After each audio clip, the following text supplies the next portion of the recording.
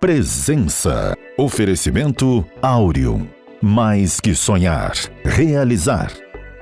E Vista Azul Hotel. A Europa pertinho de você.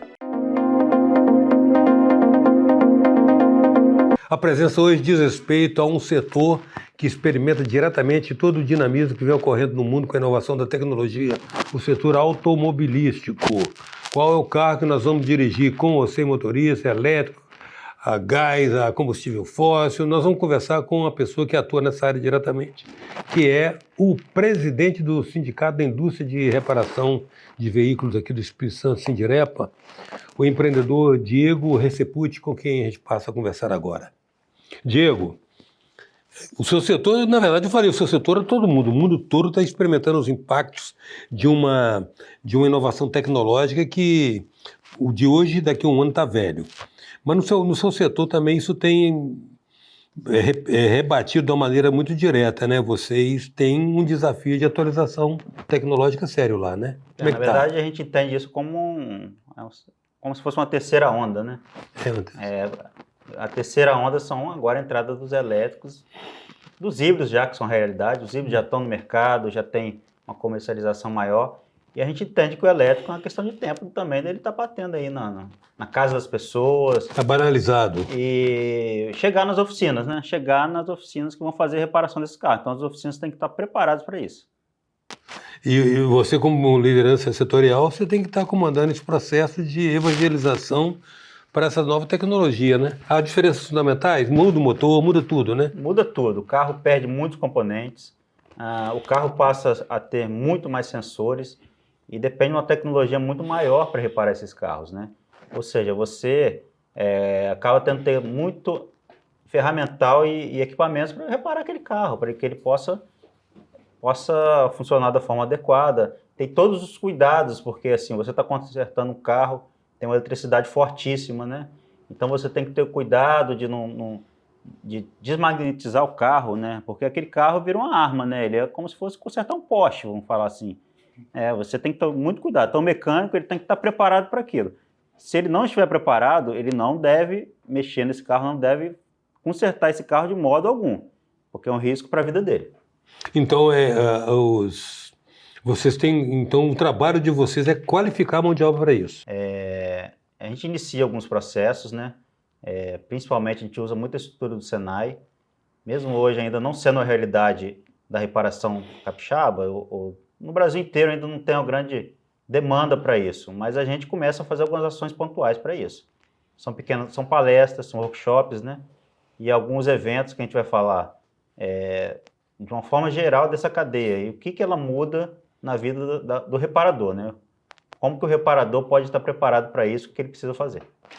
Olha bem, isso é uma onda que você falou, terceira onda, que nós estamos ainda por assimilar e já vem uma outra onda se aproximando, que é a onda do carro sem autodirigível, né? Sem motorista.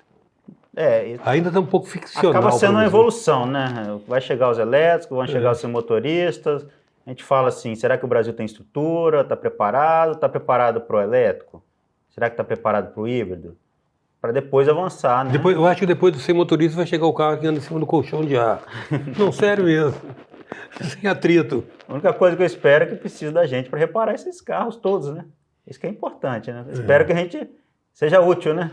Vocês que são empreendedores na área têm que ter algum conhecimento, ter um pouco mais alentado de TI, né? O que está acontecendo aí, né, cara? A tendência quem não se atualizar vai ficar para trás. A tendência é essa, que os carros tenham cada dia menos itens, né?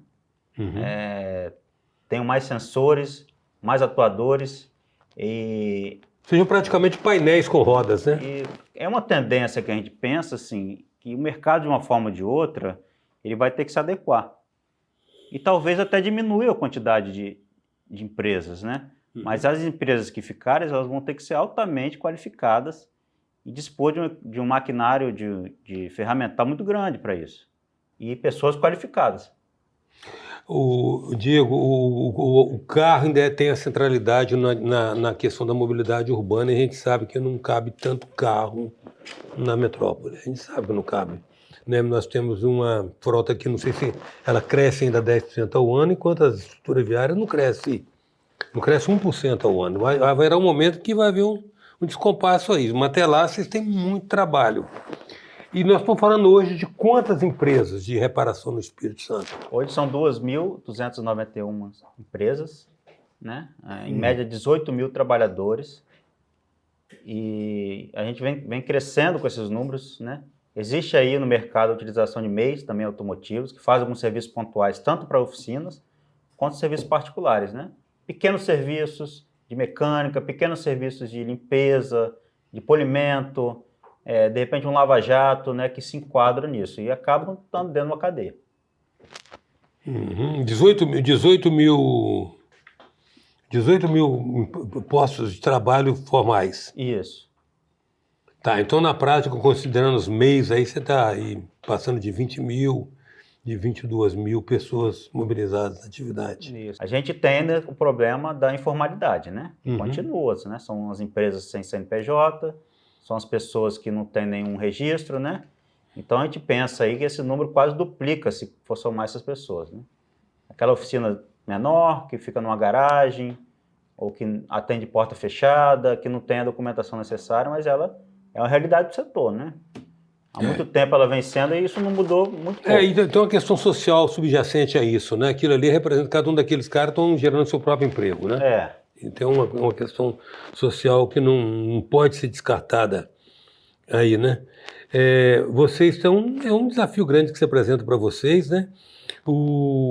Você acha que o consumidor tem se mostrado mais exigente, cobrando mais? Como é que está essa relação com o seu cliente?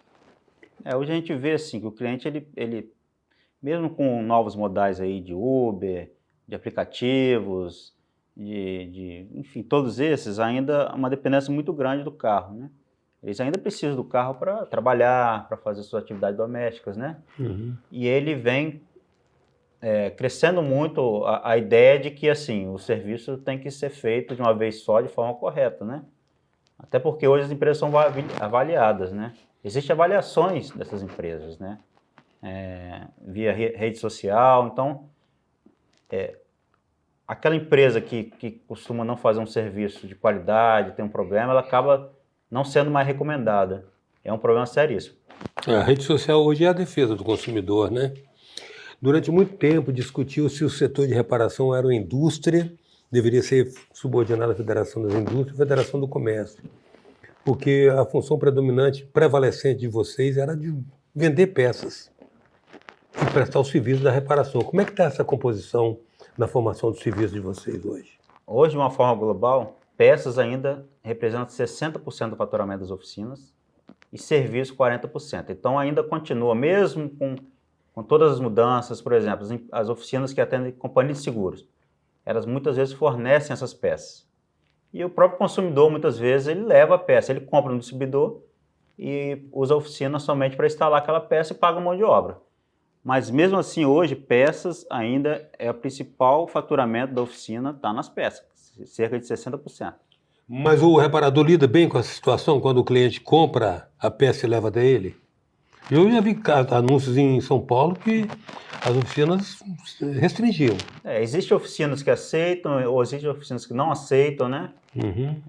Tem muitos que não aceitam, mas aí é um padrão de cada empresa, critério, né? É um critério. A empresa, ela aceita ou não aceita, ela acha melhor ou não acha melhor. Ou ela fala marcas, né? Pode ser também. Não, eu preciso da marca tal, porque ele pode modelo alegar, tal, compromete o trabalho dela. Realmente, assim, é um problema, né? Normalmente as oficinas fazem o quê? Quando elas aceitam que você forneça peça, elas deixam isso claro. Ó, se precisar fazer uma garantia, alguma coisa, você vai me pagar 2 mãos de obra. Então, vou fazer o serviço 2 vezes, mas eu preciso receber 2 vezes. E tem outras que simplesmente não aceitam. Agora, Diego, o meio, quanto mais a cidade, a metrópole é maior, mais a comunicação circula. Vocês estão conseguindo fazer algum tipo de trabalho de mobilização, de conscientização com o interior? Porque aqui na Grande Vitória fica mais fácil o contato, né? Hoje a gente temos um evento chamado Mega Pit Stop, que a gente roda 5 principais cidades do Espírito Santo, e a gente consegue, com isso, dar uma abrangência local, né? Por exemplo, nós estamos na região de Colatina, né? A gente trabalha aquela rede daquele local. as oficinas daquele local, né? E elas expõem seus produtos, os seus serviços e dá aquele parte local ali, ela tem acesso a tudo que está acontecendo de tecnologia no nosso setor. Então vocês têm feito eventos onde vocês disseminam isso, né? Conseguem reunir toda a cadeia produtiva local lá, que é a cadeia de vocês é altamente segmentada, né? Com muito nível de especialização, né? Pintura, lanternagem, cada pedaço do carro demanda uma especialização, né? Sim, existem vários setores, né? Suspensão, freio, direção, caixa de direção, câmbio automático, a parte de estética automotiva. Então você tem nesses eventos do Mega Pit Stop oficinas que fazem esse serviço. Então, dependendo do que o cliente precisar naquele carro, é feita uma inspeção do carro inicial, o carro entra, você faz uma inspeção rápida no carro, detecta, por exemplo, que precisa de alguma coisa da suspensão. Então vai ter uma empresa lá que ela é especializada em suspensão de veículo leve. E por aí por diante. Então, nesse evento, inclusive, ele ganha um checklist daquele carro para saber como que está o funcionamento daquele carro e os problemas. E na feira ele já consegue sair, inclusive, com orçamento, qual o valor para poder reparar aquele problema daquele carro dele. Hoje, como representante setorial, o que você coloca como uma grande demanda? Qual o grande desafio para vocês, enquanto empreendedores do setor? O desafio é a formação de mão de obra. E quando fala formação de mão de obra, é bem complexo, né? Entender por que como atrair o jovem para o mercado, né? Como fazer que ele queira trabalhar naquele mercado. E o mercado vem assim, como outros, né? Ele vem realmente com um grande risco de um apagão de mão de obra. É o que a gente fala assim, cara, apesar de ter 18 mil trabalhadores, né? Você fala, será que nós vamos ter funcionário? Eu quero crescer, eu tenho gente para isso. Eu quero montar uma empresa hoje, eu tenho pessoas que podem trabalhar comigo. É uma dificuldade muito grave, uma coisa que deixa a gente muito temoroso. Quero agradecer muito, Diego, sua presença aqui. Obrigado aí, estou à disposição. Foi ótima a conversa. A presença hoje do presidente do Sindicato da Indústria de Reparação de Veículos do Estado do Espírito Santo, o empreendedor Diego Recepucci. Até já.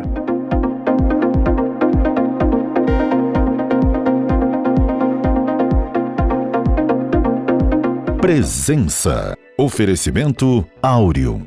Mais que sonhar, realizar. E Vista Azul Hotel. A Europa pertinho de você.